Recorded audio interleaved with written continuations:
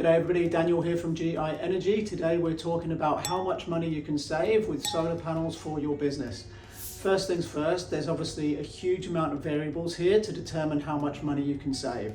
That being said, I want to give you some details of what those variables are and then try and give you some specifics so that there's some value in this video for people that are exploring commercial solar panels. So the variables really, the first thing is obviously how much energy you're using and then how you use that power. To give you two contrasting examples, you could look at a motel and get its load profile up on your screen, and you'd find that it would peak in the morning when people are up and about using hot water and other appliances.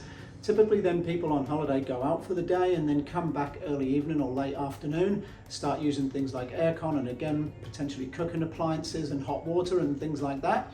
And so it'll peak again in the evening and then go down again overnight.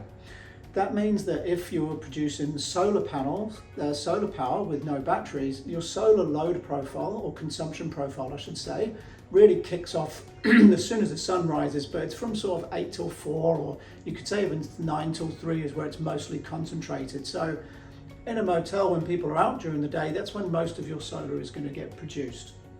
You can rely on feed-in credits, and you can also obviously install batteries for those type of scenarios, but that's one load profile that wouldn't utilize pure solar production as well as somebody else. So on another contrasting example, let's look at a retail store. Let's say this particular retail store is open Monday through till Sunday, and they open at 9 a.m. and close at 5. That load profile then looks like this, from 9 o'clock in the morning through till 5 o'clock in the afternoon. So it will ramp up in the morning quite as people come in to prepare the store for opening. It will sit pretty steady throughout the day, and then it will dip back down in the afternoon as things like aircon stop working as hard and the store winds down. That load profile is probably better suited to a typical solar only setup because the solar energy is going to be produced in the same time window as they're using energy. So let's say we had 200 kilowatt hours of use per 24 hours in a motel versus 200 kilowatt hours of use per 24 hours in a retail store. Let's now say we installed a 39 kilowatt system, which is a popular size commercial solar system for small commercial. In both of those scenarios, the retail store may utilize 90%, maybe more than 90% of the energy that's produced without the use of any batteries. A motel, on the other hand, might only get to about 40% utilization. So if there are no batteries and the rate per kilowatt hour that they're being charged is identical, the return on investment over here in the retail store is going to be so much better than in the motel. That being said, I don't want to say that we don't install for motels, because we definitely do. It is quite a good use case for a motel for other reasons. And you can obviously install batteries and rely on feed-in tariffs somewhat to give you a good return on investment. But those are two contrasting load profiles. That's probably the number one determining factor for your return on investment. Secondly, it will depend on how much energy you use, not only because the more you use, the higher your bill is just on that volume, but once you use over a certain threshold, it's usually 100,000 kilowatt hours per year, which is about 273 kilowatt hours per day. You then go on to what's called a CNI tariff, or a large business tariff. When you go into a large business tariff, your bill structure changes. If you're on a small tariff, you typically have a kilowatt hour charge and a small service fee, and that's it. A CNI account will have a kilowatt hour charge, and then it will have lots of ancillary and network charges, demand charges, and fixed costs. The overall value of that bill, or the overall cost of that bill, will be concentrated across all those different line items, whereas with the smaller bill, it's concentrated almost all into kilowatt hour charges. So a solar system will produce energy and will reduce your bill with the kilowatt hour charges only. It's not easy to quantify how the solar energy will reduce demand charges without batteries, and it won't reduce fixed costs. And the fixed cost portion on a CNI bill is a lot more than it is on a small business bill. So typically, if you're using less than 100,000 kilowatt hours per annum and you install a solar system, automatically that tends to mean that your return on investment is going to be quicker than someone who's using less power. That's on a very basic level. When you look at a CNI bill, there's more things that you can do in order to manipulate tariffs and the way that you use energy to reduce it further. So it's more difficult and complex to get a really, really good return on investment on a C&I bill compared to a small tariff bill, but it's still doable. In terms of the range of how much money you can save, can be anything from returning your complete outlay in as little as 1.8 years for some of the sites that we've installed, all the way up to some we've seen at 10 years. And for all those reasons we've just discussed, plus install costs obviously, so if it's a more complex install, it drives the return on investment up. Those are the main key indicators of how quickly you'll get your money back.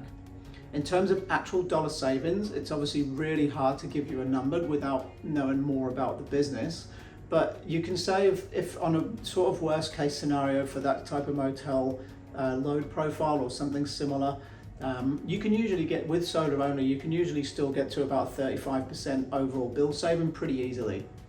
If you've got a different type of load profile, we gave the example of a retail store, you can get to 80% without any smoke or mirrors, and that's probably quite realistic still, even given the fixed cost portion. Then, if you want to get to higher savings for any of those load profiles, there's lots more things that you can do other than just solar. So overall energy management and a holistic approach to your solar and or battery system is really what you should be looking at to maximize your savings. So what I mean by that is, depending on your use, usually for larger systems only, you can manipulate the wholesale market and install a solar and battery system, sell energy back to the grid when it's worth lots of money, draw it from the grid when it's worth next to nothing, automate that process so that you're maximizing your benefit, and it can actually even become a revenue driver for your business doing it that way. Also, another consideration is future-proofing your system. Lots of people now are integrating things like electrical vehicle charging stations that use a lot of power. You need to make sure that you're firstly have the supplied load for those appliances, and then also are correctly subsidizing that load with solar and battery. So setting up software that will send energy where it needs to go at the right time, at the right cost, is really crucial for the long-term overhead management for your company. So we can install software and hardware that understands when to send energy to your electric vehicles, when to use it, when to sell it back to the grid, and then when you've got solar, battery, and grid in the mix, you can then combine all three to get a really positive payback. That's becoming more and more important.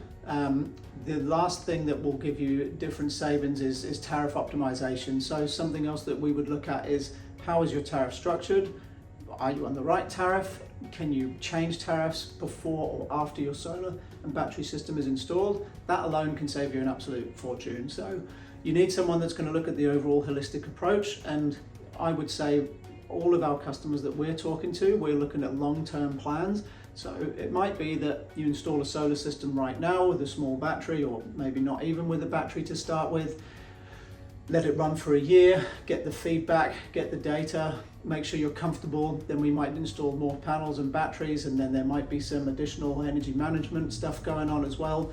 So it's that ongoing relationship that you want to look for in order to maximize your savings. Obviously, there's big subsidies available in Australia as well that help drive that cost down. We're very lucky here that there's subsidies that will cover 30% of the upfront cost in many cases, which obviously then make the system a lot more attractive. There's more info on those subsidies in other videos. This one we wanted to try and concentrate on painting a picture for how much money you can actually genuinely save. If you are wanting to look into it more carefully, I would say do your due diligence on the company that you're talking to. Make sure they're experienced, make sure they have the expertise, the case studies, the insurances, the trading history, the personnel, and all those other things that come with doing some real deep dive due diligence on the company. There's so many solar companies in Australia. Make sure you pick correctly, and make sure you choose someone credible that's going to do a good job for you. Do it once, do it right, and don't have to pay twice. Thanks for watching. If you'd like to get in touch, obviously we'd love to be of assistance to you further. If not, I hope you've got something out of this video, and maybe we'll speak to you one day down the line. Thank you.